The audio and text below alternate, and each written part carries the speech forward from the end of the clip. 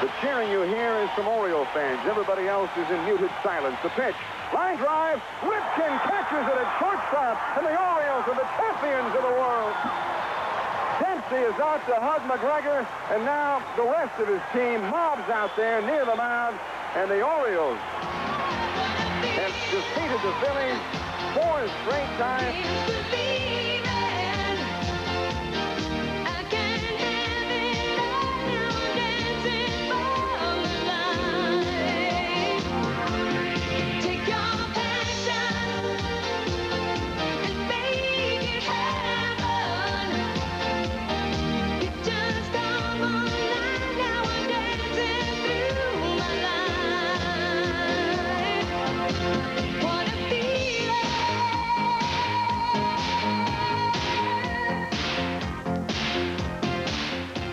What a Feeling is brought to you by Budweiser, the king of beers, and proud sponsor of the U.S. Olympic team.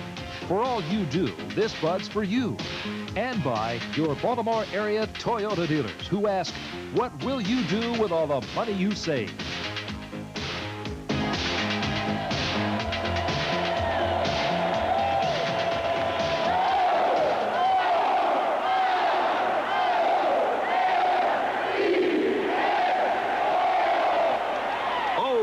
What a feeling, the 1983 Baltimore Orioles.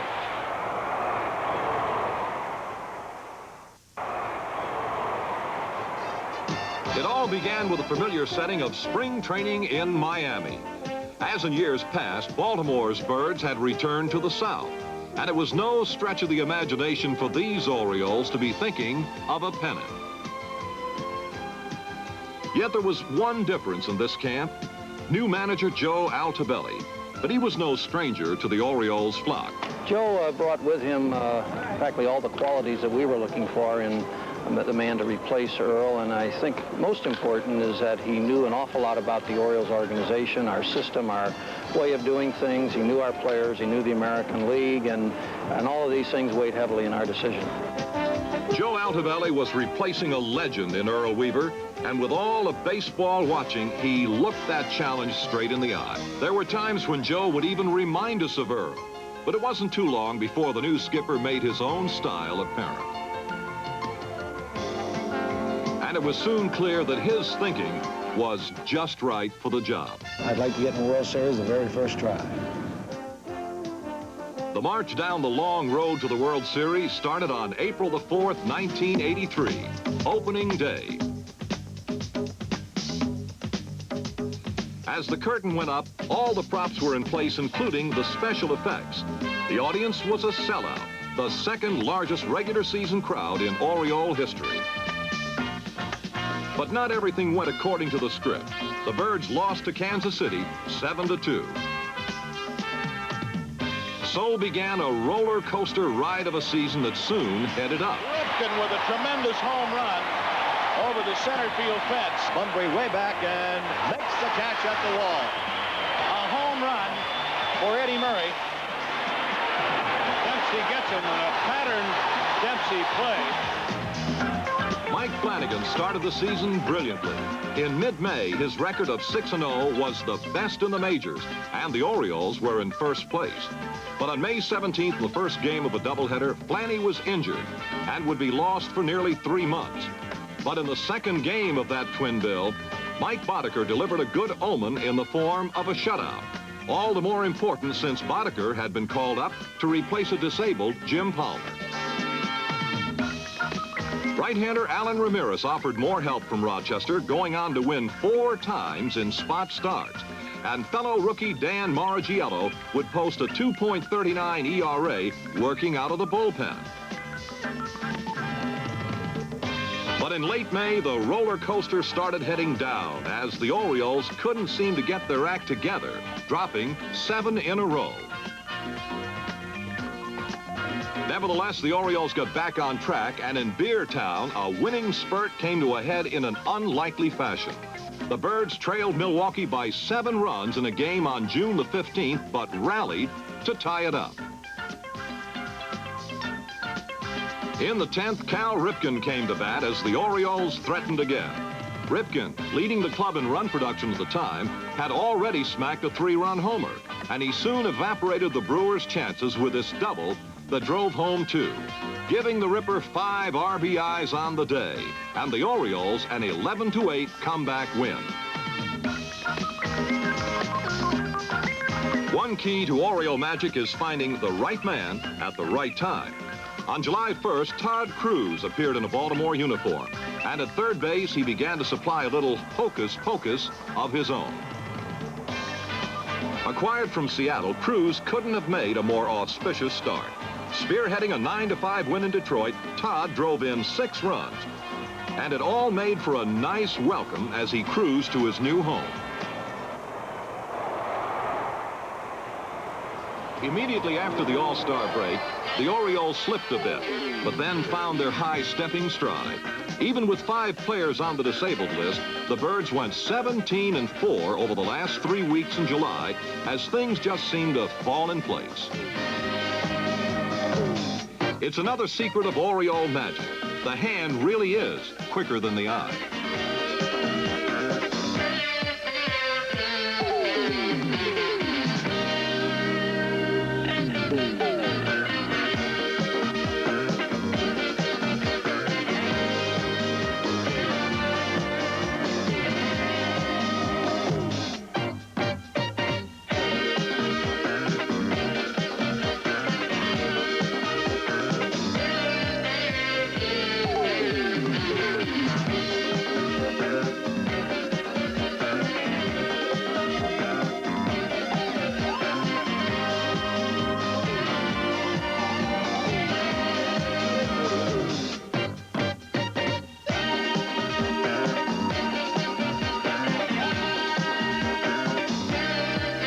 Playing every inning of every game at shortstop, Cal Ripken won praise for his outstanding all-around skills. And much of that praise came from those who know him best. Oh, Cal Ripken's awesome. Well, Cal's had a fine year. There's no question about that. Could end up in Cooperstown. He's got that type of ability. If you said fantastic, it may cover it. But if you had been with him all year, it was better than fantastic. On his way to winning the league's most valuable player award in just his 2nd season, Cal Ripken is always worth watching. Every breath you take, and every move you make, every bond you break, every step you take, I'll be watching you. Every single day, and every word you say, every game you play, every claim you stake, I'll be watching you. Every move you make, every step you take, I'll be watching you. Fly ball, well hit to left center field. It could be. It might be. Henderson's back. He leaps, and it's gone. Home run, grand slam. Whether it's part of the Orioles' design or not, it always seems that the best magic is saved for the latter half of the season. And so it was in 1983. On July the 20th, Dan Ford, who had been sidelined with a knee injury, returned to the lineup, waving his wand against Seattle. 2-0 delivery on the way, and it swung on it, belted deep to left. There is number 3, and it is 4-2 in favor of Baltimore. My, oh my, what an afternoon for Danny Ford. Dan Ford's 3-home-run day was just one of many big efforts that made a difference. Later in a game in early August, the O's staged a comeback which was called the epitome of Orioles magic. In the bottom of the 9th, Ken Singleton bats with 2 outs. 3 straight hits have scored a run, but the Birds still trail 4-3.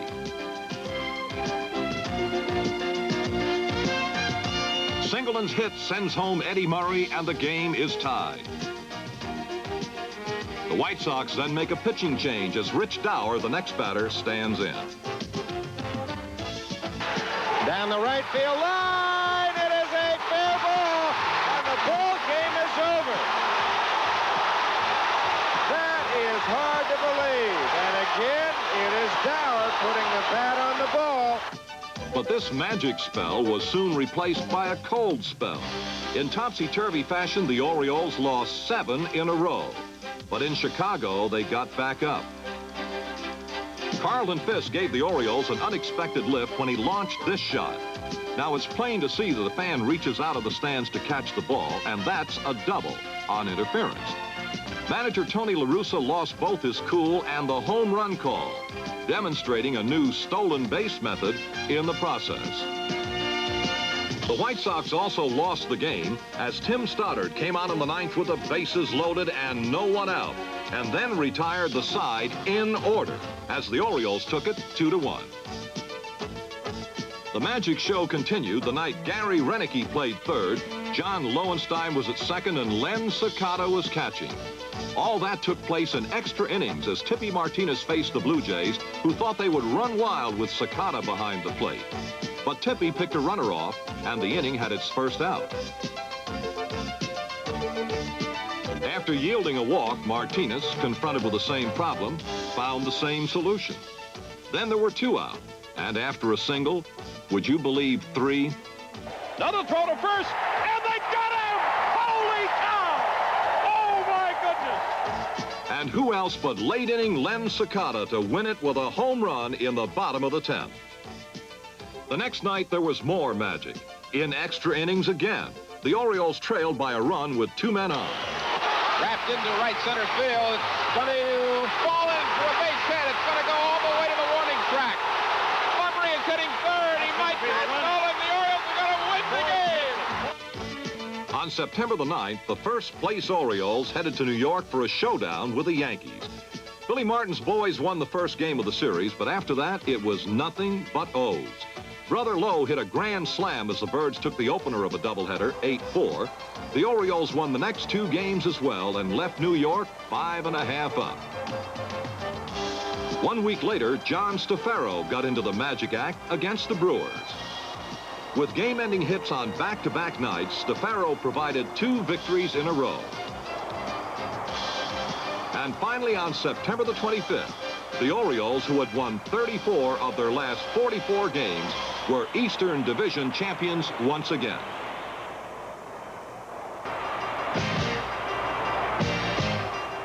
The Birds were facing the Chicago White Sox for the pennant, and the Orioles knew what they had to do. We're interested in coming out here to do one thing, and that's win the American League playoffs so we can get on to the World Series. Catcher Rick Dempsey knew it wouldn't be easy. The White Sox are a much better team than they were when we played them during the season. Each team had its style. So I'd say that if Chicago wins ugly, we win very quietly. But there was nothing quiet about the excitement before Game 1. A matchup of aces, Scott McGregor for the Orioles and 24-game winner Lamar Hoyt for Chicago. And as play began, each pitcher looked sharp.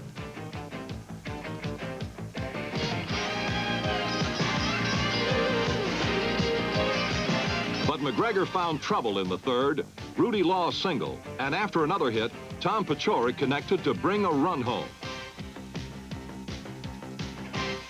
Chicago added another run in the 6th, but the Orioles scored in the 9th, and there was still hope with 2 outs and a runner on first. But the White Sox hung on, and Chicago took the opener 2-1. The perspective soon changed as Game 2 featured a pair of 16-game winners. Floyd Bannister of Chicago going up against Mike Boddicker, intent on proving the Orioles were number 1. In the second, the White Sox allowed matters to get out of hand, and that cost them a run.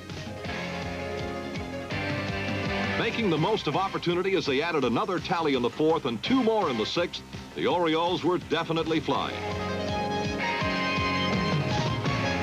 And Mike Boddicker's 14th strikeout tied an American League Championship Series record as it capped off a Baltimore shutout win. With the series tied, it was on to Chicago, where the cold winds blow. But the winds didn't bother Eddie Murray at all, as he blew away the White Sox with a 3-run homer in the first.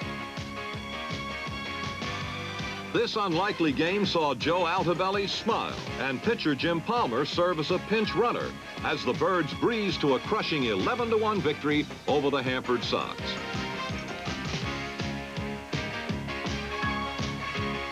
In Game 4, Tony La Russa looked to hard-throwing left-hander Britt Burns as Baltimore called upon Storm Davis. This would be a game dominated by fine pitching and defense, the latter shown by Gary Renicke's outstanding grab in the fourth. Burns was at his best shutting out the Orioles through 9 innings, while Joe Altobelli got the same results from his pitchers in a game that never lacked intensity.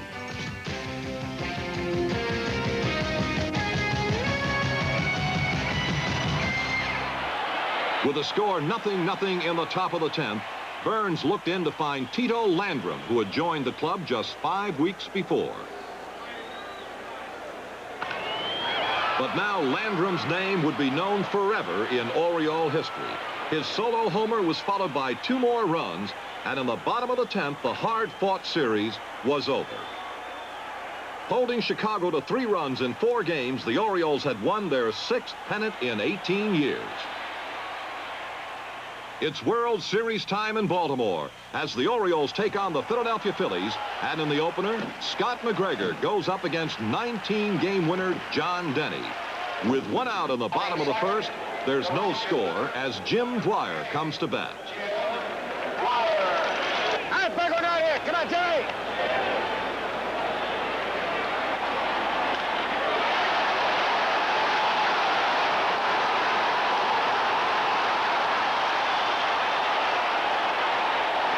The 18th player to homer in his first World Series at-bat.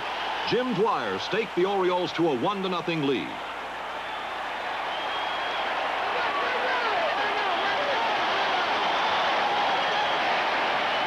But the Phillies scored a run in the 6th and again in the 8th, and they might have added another had Lowenstein not been Johnny on the spot making this marvelous, unforgettable catch. This night even brought the long-awaited presence of Oriole cult hero John Denver. And even though the Phillies won the game, Baltimore was looking good. Game 2 and Oriole magic is in the air. In the 5th, John Lowenstein came to bat as Baltimore trailed by a run. Hey, I'm ready for what you want now. Come on, John.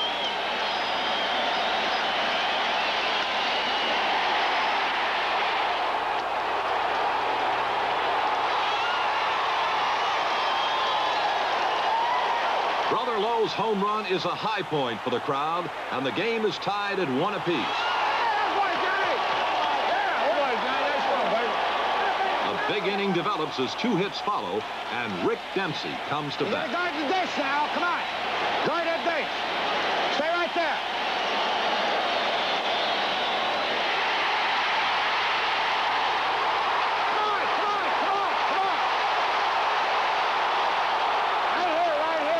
Dempsey's double scored 2, putting Baltimore ahead to stay. And with a 4-1 lead and 2 out in the 9th, starter Mike Boddicker is looking straight at victory.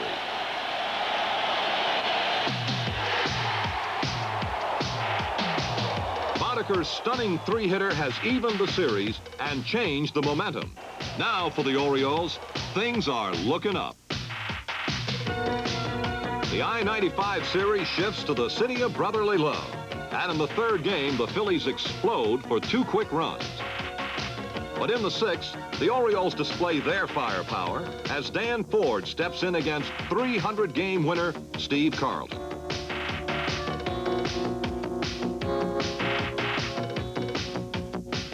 With the 7th solo home run of the series, Dan Ford has cut the Phillies' lead in half. In relief of Mike Flanagan, Jim Palmer throws 2 scoreless innings. And in the 7th, the Orioles take command as Benny Ayala bats with a man on 3rd.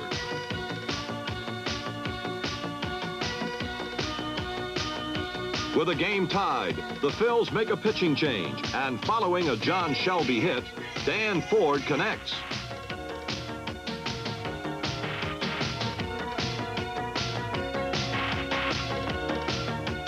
Protecting a 3-2 lead the rest of the way, the Orioles take the series advantage 2-1. Game 4 is sparked by an Oriole who finds the right time to break out of a slump. Rich Dower is on his way to a 3-hit, 3 RBI game.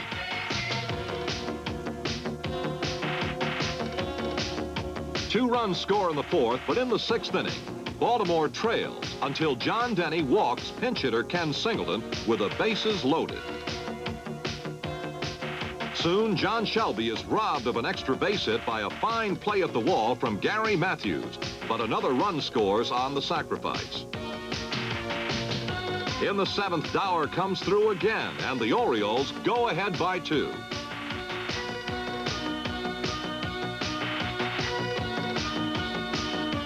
The Phillies score once in the 9th, but as Joe Morgan bats, there are 2 out.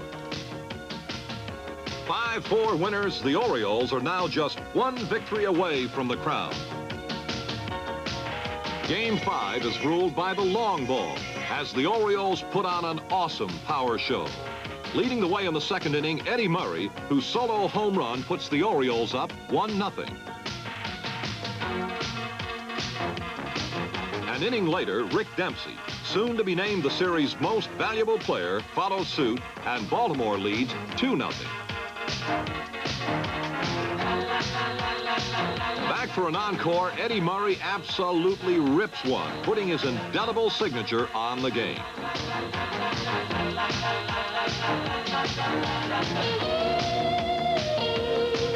In the 9th, Scott McGregor wraps up his 5-0 victory, and the magic is complete. The Orioles are the world champions of baseball, and 1983, a season that brought so much, couldn't have ended any better. Something magic happens every time you go. You make the magic happen. The magic of Orioles baseball. When the game is close and the O's are hot, there's a thundering roar from 34 to give it all they got. And you never know who's gonna hear them call. Every game does a different start. That's the magic of Orioles baseball. Orioles magic, feel it happen. Orioles magic, feel it happen. O-R-I-O-L-E-S.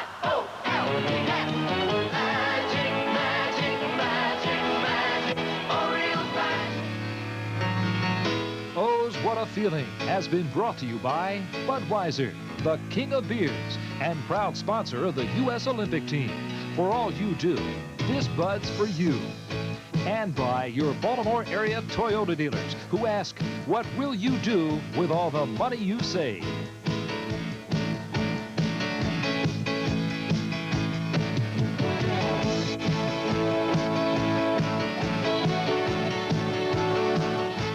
Oriole Baseball is a presentation of Channel 2 Sports, Maryland's leader in sports broadcasting.